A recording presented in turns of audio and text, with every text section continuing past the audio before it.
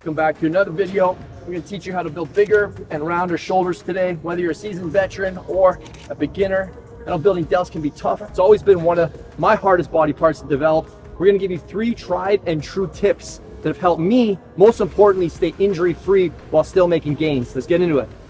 Tip number 1 is to reduce momentum. Momentum is not a muscle. You want to focus on squeezing the weight, not swinging the weight. The whole idea is to understand, when does the weight feel heaviest? So the goal is to make things as hard as possible, not as easy as possible, because this is muscle building. We want to be as inefficient in the gym as possible. This isn't a performance sport where we want to be efficient. We want to be inefficient.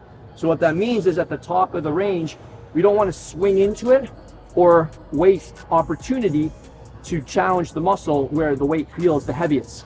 So when we're coming into the top, we don't want to just lose it. We want to fight for every single inch out and in. Same thing on the bottom. We don't want to swing out of it. We want to squeeze out of it. A good takeaway when you're lifting your weights is to think about owning the weight. Own the weight, own the weight, own every single inch of it. That's a guaranteed way not to get injured as well. One of the number 1 tips to ensure that you're actually controlling the weight so that you know you're challenging the weight is to be able to stop the weight at any point in the range of motion. So a great cue is, can you stop the weight here? Can you stop the weight here? Can you stop the weight here? So you've got maximum control. You will never ever hurt yourself, which is going to lead to being more consistent in the gym as well and stacking those gains. Next tip is the cycle phases of heavy lifting and volume lifting. That way you hit all the different muscle fiber types. I like 1 week heavy and then 1 week lighter. I have found that to be the best injury prevention program. You got a week where you're focusing on mind-muscle connection, a lot of metabolic stress, and then you got a week where you're challenging the nervous system, inflicting more damage to the muscle, heavier weights. Best of both worlds. Instead of trying to do all in one workout, which isn't wrong, I find rotating weeks of where I'm just focused on getting strong this week, and then the next week I'm just focused on getting a crazy good pump this week, has worked wonders for me. One of my all-time favorite shoulder workouts is the 6-12-25 workout. I put a whole protocol up here on YouTube years and years ago.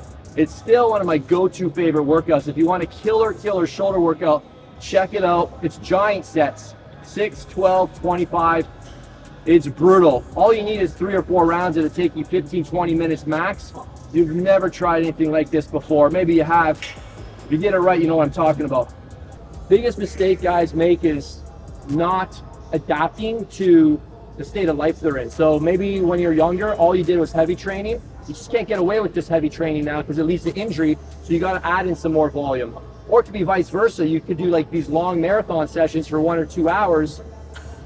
And if you do that now, it's going to lead to overuse. So you got to reduce the volume, bring up the intensity a bit. You've got to be willing to adapt and not be stuck in what got you there.